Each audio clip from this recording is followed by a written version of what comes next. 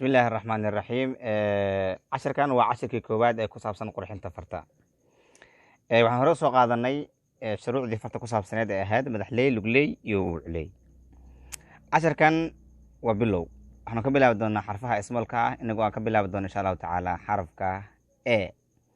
e sidaan ognahay waa xarfaha ucleyda ah sidaan ku soo qaadanay sharaxii hore marka qaabilowgeeda waxaan leenahay sida tansiifka isaga feeriya iyadoo waxaa laga keenaa ama laga sameeyaa xarafka c xarafka c ne waxa uu qormayaa sida tan marka waxaan leenahay 1 2 3 intaa markaan haysta ayaan ka dhigi karnaa waxaan leenahay toos fag basaan siinayna waa ka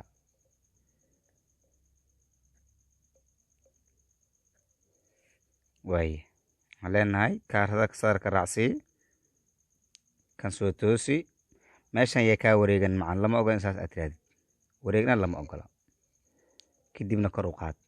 waxaan u jeednaa in fartaan ay saaran tahay sadarka laakiin tan ma aysan saarno oo kor bay u qaadan tahay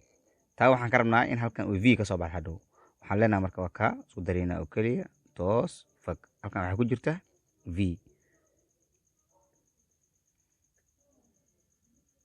waa kaa waaye aan ku celina mar labaad sidaa baan leenahay waa